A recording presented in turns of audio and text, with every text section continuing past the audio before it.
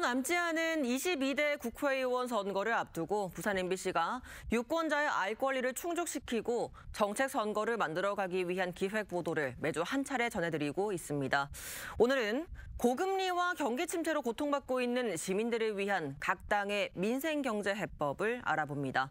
이두원 기자입니다. 경기 침체 속에 높은 공공요금과 고금리, 전세 사기까지 각종 경제적 어려움을 겪고 있는 시민들. 경기는 나아질 기미를 보이지 않고 있습니다.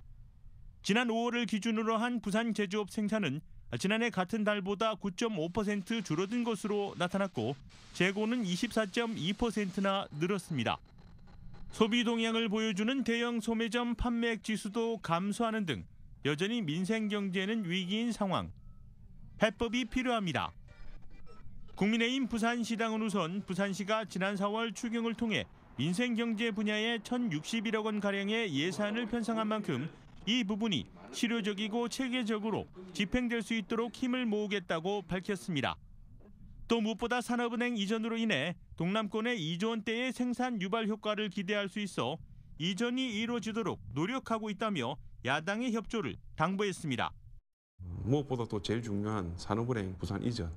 이런 것들로 해서 좀 더 우리 부산 미래가 밝아질 수 있도록 우리 국민의힘에서 적극적으로 또 노력해 나가야 될 것으로 봅니다. 더불어민주당 부산시당은 고금리와 전세 사기 피해 등으로 경제적 어려움을 겪고 있는 시민들을 지원하기 위해 정부가 추경을 편성해 지원에 나서야 한다는 입장입니다.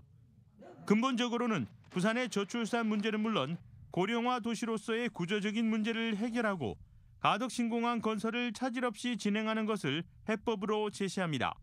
이 고령화되고 있는 부산의 실정에 맞게 시민들의 삶의 질을 좀 더 높일 수 있는 이 어르신들을 위한 대책 그리고 1인 가구의 대책. 정의당 부산시당은 부산 경제가 활성화되고 도시가 활기를 띠기 위해서는 대중교통 활성화가 선행돼야 할 것으로 보고 대중교통 무상 시대를 해법으로 제시하고 있습니다.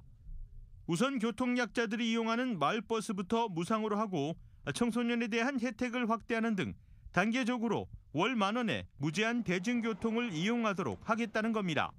민생경제 활성화를 위해서는 무엇이 필요한 것인가?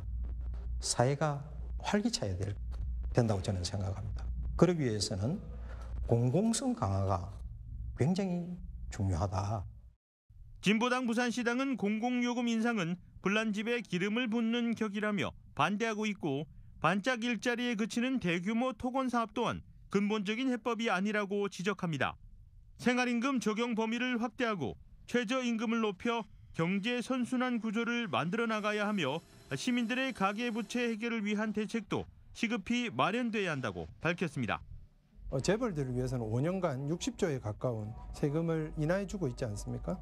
이런 세금을 민생경제 활성화나 공공요금, 공공기관의 적자 문제를 해소하는 데 사용을 한다면 어느 당의 해법이 실질적으로 민생경제를 나아지게 할 수 있을지 시민들의 평가를 받아야 합니다.